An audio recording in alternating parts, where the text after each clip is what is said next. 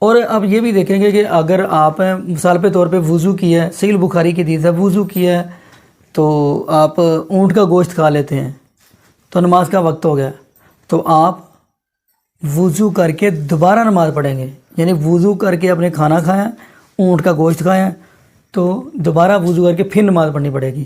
اور لیکن جب بکری کی بات آئی ہے، اس کا گوشت کھا لو تو آپ کو، اگر آپ نے وضو کر کے کھایا تو دوبارہ آپ کو وضو کرنے کی ضرورت نہیں، آپ نماز پڑھ سکتے ہیں۔ دیکھیں کتنی اس کے اندر بھی حکمت ہے، کیوں؟ لیکن کچھ محدثین لکھتے ہیں اس لیے اونٹ کا گوشت کھا کے دوبارہ وضو کر کے نماز پڑھنے کی، اس کے اندر ذرا چکنائی زیادہ ہوتی ہے، یا جیسا کہ ادھر ان کے واڑے میں پڑھنے سے نماز اس لیے منع فرمایا کہ وہ شرارتی ہوتا ہے۔ تو چلیں ناظرین آگے ہم بات کرتے ہیں۔ فرمایا وفی آیتان الابلی، اونٹوں کے واڑے کے اندر بھی نماز پڑھنے سے نبی پاک صلی اللہ علیہ وسلم نے منع فرمایا۔ آگے فرمایا وفوق ظہری بیت اللہ، وفوق ظہری، یہ کیا مطلب؟ کہ بیت اللہ کی چھت کے اوپر چڑھ کر نماز پڑھنے سے بھی نبی پاک صلی اللہ علیہ وسلم نے منع فرمایا۔ تو ایک اور چیز ہے، بیت الخلاء کے اندر بھی نبی پاک صلی اللہ علیہ وسلم نے نماز پڑھنے سے منع فرمایا۔ اور یہ حدیث آپ کو پھر بتا دوں، سنن ابن ماجہ کتاب المساجد کے اندر آپ کو یہ حدیث مل جائے گی۔ تو ناظرین ان جگہوں سے نبی پاک صلی اللہ علیہ وسلم نے نماز پڑھنے سے منع فرمایا۔ اور ناظرین دعا کریے گا اللہ پاک ہمیں نبی پاک صلی اللہ علیہ وسلم کی شریعت کے مطابق زندگی گزارنے کی توفیق دے، اور یہ بھی دعا کریے گا اللہ پاک زندہ رکھے تو اسلام پہ، موت دے تو ایمان پہ۔ جزاکم اللہ خیرہ، احسن الجزاء۔ السلام علیکم ورحمۃ اللہ وبرکاتہ۔